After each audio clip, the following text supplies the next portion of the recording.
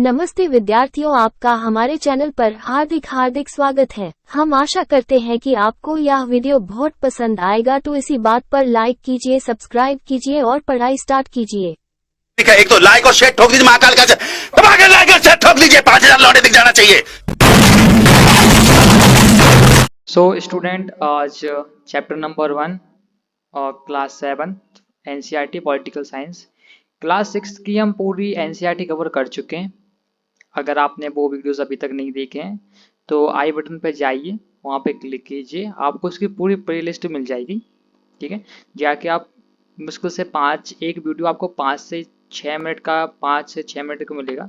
जाइए, देखिए और एंजॉय कीजिए। सो आज कर रहे हैं class 7 chapter number 1 on equality.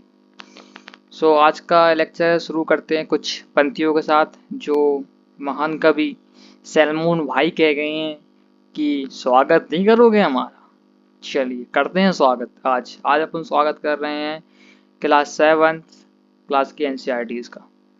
सो जो पहला चैप्टर है ऑन इक्वालिटी, मतलब क्या समझते हैं आप, इक्वालिटी क्या होती है? अगर आपसे पूछा जाए, हिंदी में इसको समानता बोलते हैं, अगर आपसे पूछा जाए इक्वालिटी तो क्या मतलब है इस इक्वालिटी का? सो मेरे हिसाब से इक्वालिटी का मतलब है कि हर किसी को सेम राइट और सेम एडवांटेज प्रोवाइड करना, जो हर किसी को मिलना चाहिए। ऐसा नहीं होना चाहिए कि एक को ज़्यादा मिल रहा है, एक को कम मिल रहा है। एक क्वालिटी होगी, सब में बराबर चीज़ बांटनी चाहिए, इक्वल टू इक्वालिटी। जैसा एक फेमस कहावत है अपने यहाँ पे कि कद्दू कटेगा तो सब में बटेगा, ये इक्वालिटी का एग्जाम्पल है। कद्दू जो कट रहा है भाई, वो सब में बट रहा है। अब ऐसा नहीं है कि सिर्फ रोहित ले जाएगा, मोहित ले जाएगा, कद्दू कटेगा तो सब में बटेगा। तो हमारे कल्चर में पहले से बताया गया है कि इक्वालिटी होनी चाहिए। अपन समझ पा रहे हैं इस एग्जाम्पल से कि कद्दू कटेगा तो सब में बटेगा। सो जोक्स अपार्ट, अपन शुरू करते हैं आज का lecture. Equality on the basis of right to vote, मतलब कि हर एक व्यक्ति का सेम राइट होना चाहिए, है ना। मतलब ऐसा नहीं होना चाहिए कि कोई अमीर है, जैसे अंबानी है, तो भाई उनके एक वोट का वैल्यू हो जाएगा 4, और कोई पुअर है तो उसका हो जाएगा 0, उसके कोई वोट का वैल्यू ही नहीं रहेगा, या फिर उसके वोट का वैल्यू होगा आधा। ऐसा नहीं होगा, सब 1 वोट 1 वैल्यू 1 पर्सन। ठीक है, किस बेसिस पे है ये? तो ये यूनिवर्सल आइडल फ्रेंचाइज मीन्स, इसका मतलब क्या कि जो भी पर्सन 18 प्लस है और वो वोट दे सकता है, वो उसको बोलते हैं एडल्ट फ्रेंचाइज। उसके बाद देखते हैं कि other kind of equality discriminations on the basis of caste. अब कास्ट सिस्टम रूरल इंडिया में बहुत चलता है। ठीक है, आप चले जाइए, आपको अभी लैब दिख जाएगा।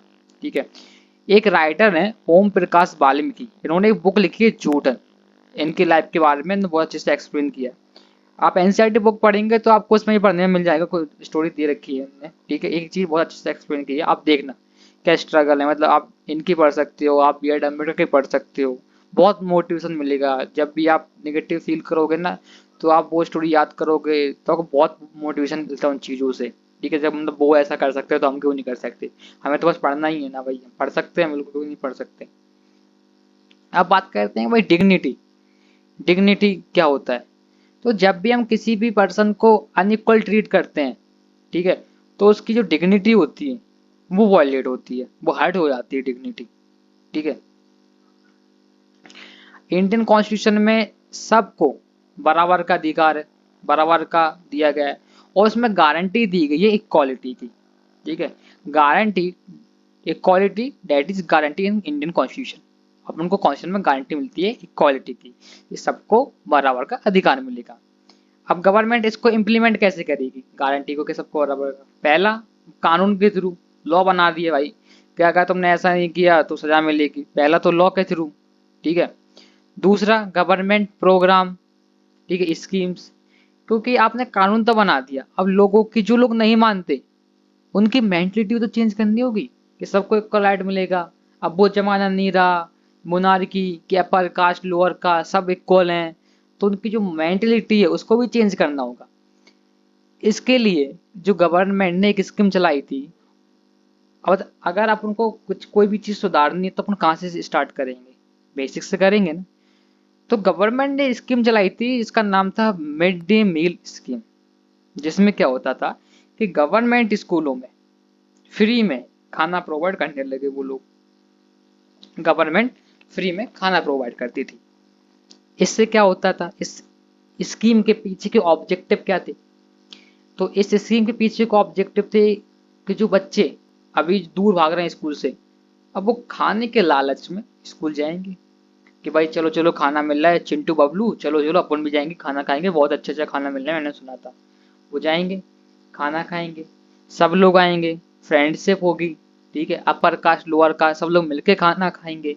उनके अंदर ऐसा कोई भावना नहीं रहेगी कि ये लोअर कास्ट के साथ खाना नहीं खाना, वो साथ में खाएंगे, ठीक है, क्योंकि बचपन है, अभी तो उनको इतना आइडिया नहीं है कि अनटचेबिलिटी क्या होती है, उनके माइंड में कुछ भरा नहीं गया है, ठीक है, इसलिए सो इससे अपन बेसिक लेवल से कुछ हद तक, मैं ये नहीं बोला कि पूरी प्रॉब्लम सॉल्व, कुछ हद तक अपन कास्ट सिस्टम को इससे डिस्क्वालीफाई कर सकते हैं इस चीज़ों से, ठीक है। और जो मिड डे मील स्कीम है वो सबसे पहले जो इंट्रोड्यूस हुई थी वो हुई थी तमिलनाडु में। अब आप मुझे कमेंट सेक्शन में बताइए कि मिड डे मील स्कीम का प्रेजेंट में नाम क्या है। आप कमेंट सेक्शन में जाइए, जिसका आंसर राइट होगा मैं लाइक कर दूंगा उसको, आप समझ जाना कि उसका आंसर राइट है, ठीक है। अब अपन देखते हैं कि इंडिया में डेमोक्रेसी है और फिर भी आप बोलते हो कि डेमोक्रेसी एक अच्छी फॉर्म गवर्नमेंट है, बेस्ट फॉर्म गवर्नमेंट है, फिर अब ये आप पिछले देख लो तो फार्मर प्रोटेस्ट, इतने प्रोटेस्ट क्यों होते हैं? ये इसलिए होते हैं, ये इसलिए होते हैं क्योंकि सबकी चीजें होती हैं, ठीक है।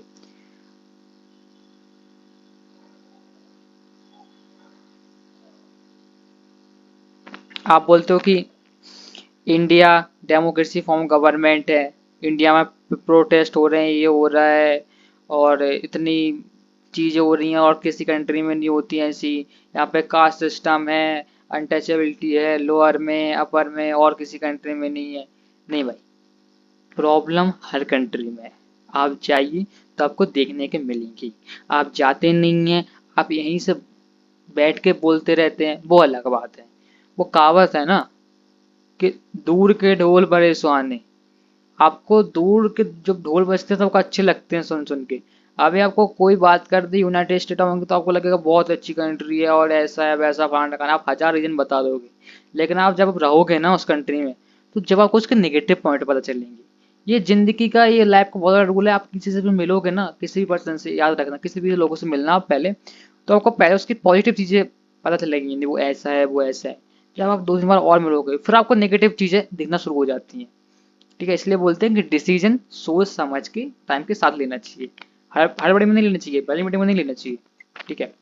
सो यहाँ पे एग्जाम्पल दिया गया है कि issue of equality in other democracy.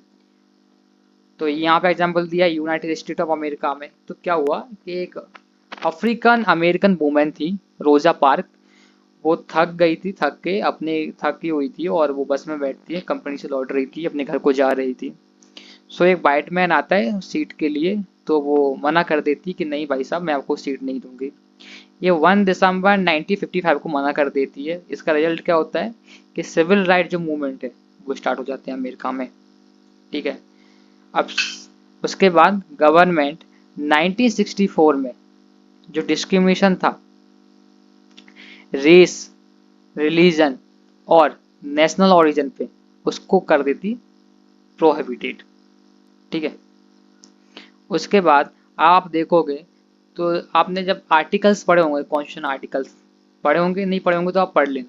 जो उसका आर्टिकल नंबर 15 है वो गारंटी दे रहा है किसके, डिस्क्रिमिनेशन। मैंने बोला था ना कॉन्स्टिट्यूशन गारंटी देता है, लॉ बनाता है, ये लॉ बना है। लाइव एग्जांपल देखिए, ये लॉ उसका, ठीक है। इसके मैंने बताइए, कमेंट में बताना उसका नाम क्या है। ये लॉ आर्टिकल नंबर 15 में क्या है, जो डिस्क्रिमिनेशन है जो प्रोहिबिट किया गया है, कौन कौन से ग्राउंड पे किया गया है? रिलीजन पे, रेस पे, कास्ट पे, सेक्स पे और प्लेस ऑफ बर्थ पे।